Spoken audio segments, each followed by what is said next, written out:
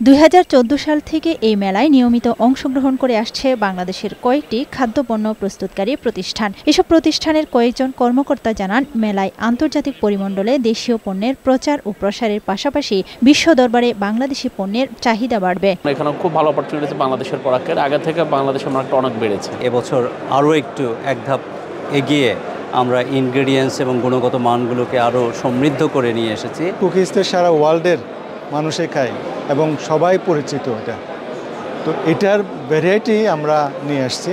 তবে সাধারণ ভিসা বন্ধ থাকায় মেলায় অংশ নিতে ভিসা পেতে বেগ পোহাতে হয়েছে বাংলাদেশি প্রতিষ্ঠানগুলোকে। এই হোস্ট গভর্নমেন্টকে আমরা বোঝাতে পেরেছি এবং আমাদের পার্টিসিপেশন এই ইভেন্টের জন্য কতটা গুরুত্বপূর্ণ এটা আমরা বোঝাতে পেরেছি বলেই আমরা সকলের জন্য ভিসা ব্যবস্থা করতে পেরেছি। তো গালফ ফুডের গুরুত্ব শুধু এটা মধ্যপ্রাচ্যের জন্য না, এই দেশে যে পরিমাণ বাংলাদেশি প্রোডাক্টস আসে তারা এখান থেকে পরবর্তীতে আফ্রিকার বিভিন্ন দেশেও সাপ্লাই হয়ে থাকে। বাংলাদেশি প্যাভিলিয়ন পরিদর্শন শেষে বিশ্ববাজারে দেশীয় পণ্যের বাজার সম্প্রসারণের লক্ষ্যে তাদের পরিকল্পনা তুলে ধরেন রপ্তানি উন্নয়ন ব্যুরোর শীর্ষ এই কর্মকর্তা। এখানে সব দেশের পার্টিসিপেশন হয়, তখন যিনি বায়ার তার জন্য সহজ হয় যে কম্পেয়ার করা। বিশেষ আমরা আলাপ করে আমরা অবশ্যই এই ধরনের